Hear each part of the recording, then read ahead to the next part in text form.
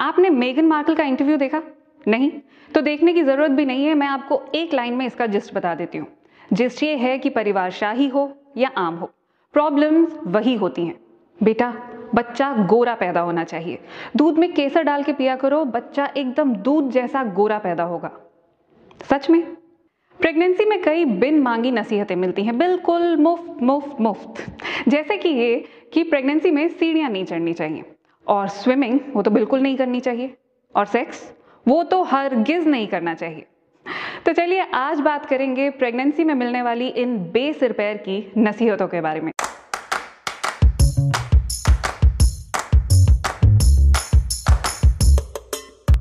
हमारा शरीर अरबों छोटे छोटे सेल से मिलकर बना है। बैटरी वाले सेल्स नहीं, कोशिकाएं। ये कोशिकाएं आपस में मिलकर टिश्यू बनाती हैं, टिश्यू यानी ऊतक। टिश्यूज आपस में मिलकर ऑर्गन बनाते हैं, और ऑर्गन से बनता है ऑर्गन सिस्टम, जैसे कि डाइजेस्टिव सिस्टम या फिर रिप्रोडक्टिव सिस्टम, जिसकी हम आगे बात करने वाले हैं। तो फिर से लौटते हैं सेल्स की तरफ। क्या आप जानते हैं कि इंसानी शरीर में सबसे छोटा और सबसे बड़ा सेल कौन सा होता है? इंसानी शरीर में सबसे छोटा सेल होता है स्पर्म, और सबसे बड़ा ओवम या फिर एग।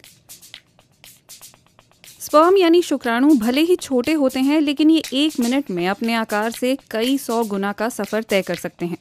इजैक्यूलेशन के दौरान 1 अरब से भी ज्यादा स्पर्म निकलते हैं, लेकिन इनमें से जो सबसे पहले अंडे तक पहुंचता है वही उसे फर्टिलाइज कर पाता है। फर्टिलाइजेशन के कुछ 30 घंटे बाद एग 1 से 2 सेल्स में तब्दील हो चुका होता है।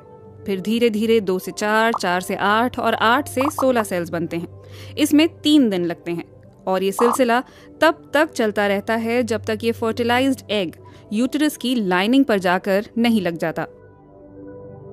एक बार जब ये फर्टिलाइज हो चुका अंडा यूटेरस की लाइनिंग पर जाकर लग जाता है तो फिर पीरियड्स नहीं होते हैं। वैसे पीरियड्स क्या होते हैं, कैसे होते हैं, इनके पीछे वजह क्या है, इस पर मैं ऑलरेडी एक वीडियो कर चुकी हूं। अगर आपने अब तक नहीं देखा है तो लिंक नीचे कमेंट सेक्शन में मौजूद है, आप क्लिक करके देख सकते हैं। फिलहाल ये समझने की कोशिश करते हैं कि प्रेगनेंसी के दौरान हमारे शरीर में क्या सब कुछ होता है। औरत के शरीर में 9 महीने में जो सब होता है वो किसी करिश्मे से कम नहीं। कोख में बच्चा जैसे जैसे बड़ा होता है वैसे वैसे यूटेरस यानी गर्भाशय का आकार भी बढ़ता चला जाता है। प्रेगनेंसी से पहले यूटेरस आकार में एक सेब से भी छोटा होता है। इसका वजन कुछ 60 ग्राम के करीब होता है। स्पर्म अंडे के साथ ठीक तरह से फर्टिलाइज कर सके, इसके लिए यूटेरस का निचला हिस्सा यानी सर्विक्स बड़ी भूमिका निभाता है। ये सर्वाइकल म्यूकस रिलीज करता है जो स्पर्म को हिफाजत से अंडे तक पहुंचा देता है। इसी दौरान शरीर में प्रोजेस्टेरॉन और एस्ट्रोजन हार्मोन्स निकलते हैं जो यूटेरस की लाइनिंग को थिक बना देते हैं ताकि फर्टिलाइज्ड एग वहां आराम से टिक सके। अगले 12 हफ्तों में प्लेसेंटा बनती है जो कोख के अंदर बच्चे की जरूरतों का ख्याल रखती है। प्लेसेंटा गर्भनाल यानी अम्बिलिकल कॉर्ड के जरिए बच्चे को जरूरी पोषण मुहैया कराती है। बच्चे के जन्म के वक्त प्लेसेंटा का वजन करीब 700 ग्राम तक होता है। फर्टिलाइज हो चुका अंडा जैसे ही यूटेरस की लाइनिंग से जुड़ता है वैसे ही यूटेरस का आकार बढ़ने लगता है। एस्ट्रोजन हार्मोन इस बात को सुनिश्चित करता है कि यूटेरस बढ़ता रहे ताकि बच्चे को जगह की कोई कमी ना हो। वही यूटेरस जो पहले महज एक सेब के आकार का था, 9 महीने बाद वो 2 फुटबॉल के बराबर हो चुका होता है, यानी पहले से 20 गुना ज्यादा बड़ा, और ये अंत तक अपना काम जारी रखता है। यूटेरस की मांसपेशियां जब सिकुड़ने लगती हैं तो उसी से लेबर पेन उठते हैं। इसे कॉन्ट्रैक्शन कहा जाता है, और इस कॉन्ट्रैक्शन के कारण ही बच्चा आराम से बाहर आ पाता है।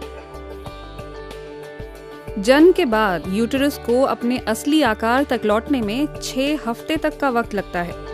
ये हर दिन 1 सेंटीमीटर तक सिकुड़ती है, और इन 6 हफ्तों के दौरान लगातार ब्लीडिंग होती रहती है। यानी आपका शरीर जो है वो प्रेगनेंसी खत्म होने के बाद भी लगातार काम पर लगा रहता है। इसीलिए जरूरी होता है कि प्रेगनेंसी के दौरान और डिलीवरी के बाद भी अपना पूरा ध्यान रखा जाए। लेकिन ध्यान रखने का मतलब ये नहीं है कि आप चलना फिरना ही बंद कर देंगी। प्रेगनेंसी के पहले 12 हफ्ते सबसे अहम होते हैं। जैसा कि आपने कुछ देर पहले भी देखा, इस दौरान सेल्स मल्टीप्लाई कर रहे होते हैं। अभी इन्होंने बच्चे का आकार नहीं लिया होता है और 80% मिसकैरेज इन पहले 3 महीनों में ही होते हैं। इसलिए कहा जाता है कि संभल कर चलो, ज़्यादा दौड़ भाग मत करो। पहले ट्राइमेस्टर में हार्मोन्स के ऊपर नीचे होने के कारण कई महिलाओं को बहुत थकान महसूस होती है, बहुत नींद आती है। अगर आपके साथ भी ऐसा है तो बेशक सोइए, अपने शरीर की सुनिए, आराम कीजिए। लेकिन अगर आप फिट महसूस कर रही हैं तो सिर्फ दूसरों के कहने के कारण चलना फिरना बंद मत कीजिए। दूसरा ट्राइमेस्टर यानी चौथे से छठा महीना सबसे आसान माना जाता है। इस दौरान आप एक्सरसाइज, योग या स्विमिंग शुरू कर सकती हैं। लेकिन हाँ, कीजिए वही जिसकी आपके शरीर को आदत है। कुछ नया ट्राई मत कीजिए। अगर पहले वॉक करने की आदत रही है तो वॉक कीजिए। कुछ औरतें तो बिना किसी दिक्कत के जॉगिंग तक कर लेती हैं। वैसे प्रेगनेंसी में स्विमिंग करने की सलाह बहुत दी जाती है, क्योंकि पानी के अंदर शरीर पर ग्रेविटी का असर कम होता है, इसलिए थकान भी कम होती है। और स्विमिंग को तो आप 40वें हफ्ते तक भी जारी रख सकती हैं। आप फिट रहेंगी तो बच्चा भी फिट रहेगा। और जहाँ तक खाने पीने की बात है, तो इस दौरान आपको पौष्टिक आहार पर पूरा ध्यान देना होता है। लेकिन जी नहीं, आपको 2 लोगों के लिए खाना नहीं खाना होता है। बच्चा जब पैदा होता है तो उसका पेट एक मटर के दाने जितना होता है। पैदा होने के बाद तो सोचिए, जब बच्चा आपके पेट में होता है तो उसका पेट कितना छोटा होगा, और इतने छोटे से पेट में क्या एक पूरे इंसान का खाना जा सकता है? नहीं ना। तो अगर आप 2 लोगों का खाना खा रही हैं तो वो सारा का सारा लगेगा भी आप ही को। दूध को संपूर्ण आहार माना जाता है, इसलिए इस दौरान दूध आपके लिए अच्छा है। लेकिन कुछ महिलाओं को दूध से एसिडिटी होती है, तो वो अपने साथ जबरदस्ती ना करें। और वैसे दूध कोई वाइट वॉश है नहीं कि अंदर जाकर आपके बच्चे को गोरा कर देगा, और ना ही नारियल पानी ऐसा करता है। नारियल पानी एसिडिटी से बचाता है, इसलिए प्रेगनेंसी में इसे पीना फायदेमंद है। लेकिन अगर आप गोरे बच्चे की चाह में ऐसा कर रही हैं तो प्लीज रहने ही दीजिए। और बाय द वे, केसर में एंटीऑक्सीडेंट्स होते हैं, इसलिए केसर दूध में डालकर पीने को कहा जाता है। लेकिन इसका बच्चे की कॉम्प्लेक्शन से कोई लेना देना नहीं है। सोचिए, अगर रंग लगना ही होता केसर का तो बच्चा गोरा नहीं पीला पैदा होता।